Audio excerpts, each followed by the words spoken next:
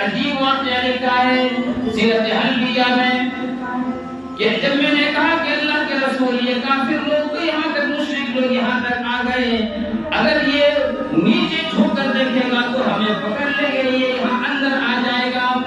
تو اللہ کے رسول نے کیا فرمایا کہ ابو بکر اگر یہ ادھر سے آئے گا تو ہم ادھر سے نکل جائیں گے۔ اے ابو بکر غم نہ کرو، اگر یہ ادھر سے آئے گا تو ہم ادھر سے نکل جائیں گے۔ حالانکہ میرے دوست اس غار کے اندر تو کوئی راستہ نہیں تھا، وہ غار تو گھیرا ہوا تھا، لیکن ابو بکر صدیق رضی اللہ تعالیٰ فرماتے ہیں جب میں نے اس طرف دیکھا جس طرف اللہ کے رسول نے اشارہ کیا اگر یہ کافر لوگ ادھر سے آئیں گے تو ہم ادھر سے نکل جائیں گے، تو میں کیا دیکھتا ہوں کہ غار پھٹ گیا،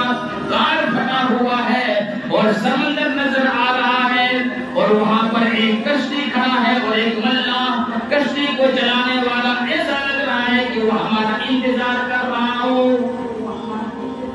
یعنی ابو بکر صدیق رضی اللہ تعالیٰ عنہ کو تسلی